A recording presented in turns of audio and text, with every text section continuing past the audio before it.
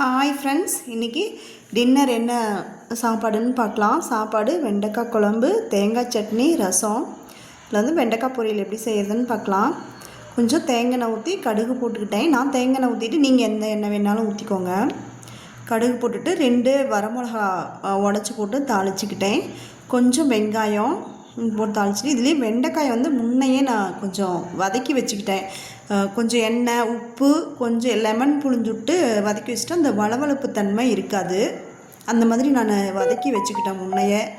அதை நான் வீடியோ எடுக்காமல் விட்டுட்டேன். 2 பல் பூண்டு தட்டி போட்டுக்கிட்டேன். தட்டி போட்டு நல்லா கொஞ்சம் எண்ணெயில் நான் கொஞ்சமாக தான் எண்ணெய் எடுத்துக்கிட்டேன். எண்ணெய் கொஞ்சம் வதக்கிட்டு வெண்டைக்காயை போட்டுக்கலாம். வெண்டைக்காயை போட்டுட்டு கொஞ்சமாக ஒரே ஒரு பிஞ்சு மட்டும் மஞ்சள் போட்டுக்கலாம். ஒரு பிஞ்சு மஞ்சள், ஒரு பிஞ்சு சாம்பார் தூள். இதெல்லாம் வந்து உங்கள் ஆப்ஷன் தான், வேணும்னா போட்டுக்கலாம். எனக்கு பிடிக்குங்கிறதுனால நான் போட்டுக்கிட்டேன். ஒரே ஒரு பிஞ்சு மட்டும் சாம்பார் தூள். உப்பு வந்து நான் வெண்டைக்காய் வணக்கும் போதே நான் போட்டுக்கிட்டதுனால இதுக்கு உப்பு நான் போடலை. நீங்கள் வந்து வணக்கும் போதே உப்பு போட்டுட்டால் வளவளப்பு தன்மை இருக்காது. அதனால் உப்பு முன்னையே போட்டுக்கிட்டேன். போட்டு நல்லா வணக்கிட்டு தேங்காய் துருவி வச்ச தேங்காயை கொஞ்சம் நிறையாவே போட்டுக்கலாம். அப்போ தான் கொஞ்சம் நல்லாயிருக்கும். தேங்காய் கொஞ்சம் நிறையா போட்டு கொஞ்சம் இளங்காயாக இருக்கிறதுனால கொஞ்சம் நிறையா போட்டேன். சூப்பராக இருந்துச்சுங்க வெண்டைக்காய் பொரியல். அடுத்தது நம்ம வந்து தேங்காய் சட்னி பார்க்கலாம்.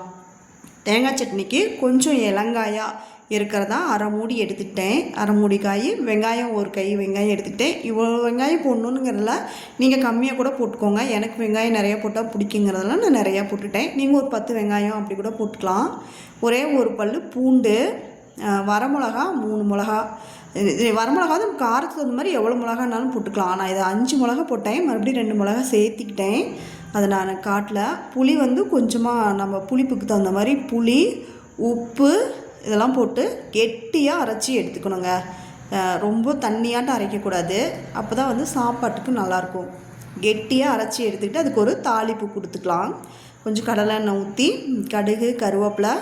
அது வந்து அரைக்கும் போது நீங்கள் பச்சை கருவேப்பிலை இருந்துச்சுன்னா ஒரு கத்து கருவேப்பிலை போட்டு கூட அரைச்சிக்கலாம். என்கிட்ட பச்சை கருவேப்பிலை இல்லைங்கிறதுனால நான் போடலை. அதனால் தாளிப்புக்கு வந்து கொஞ்சம் வர இதுதான் இருந்துச்சு கருவேப்பிலை, அதையே போட்டுக்கிட்டேன். போட்டு தாளித்து எடுத்துக்கலாம். தாளித்து எடுத்துகிட்டு இது வந்து அப்படியே கெட்டியாகவே இருக்கணும். ரொம்ப தண்ணியாக இருந்துச்சுன்னா கொஞ்சம் சாப்பாடு பிசைஞ்சு சாப்பிடும்போது கொஞ்சம் நல்லா இருக்காது. சாப்பாடு போட்டு வெண்டைக்காய் பொரியல், இந்த சட்னி போட்டு சாப்பிட்டேன். அவ்வளோ டேஸ்ட்டாக இருந்துச்சுங்க. இதெல்லாம் அப்போ வந்து எங்கள் அம்மாயி செய்வாங்க. அம்மியிலேயே அரைச்சி கொடுப்பாங்க.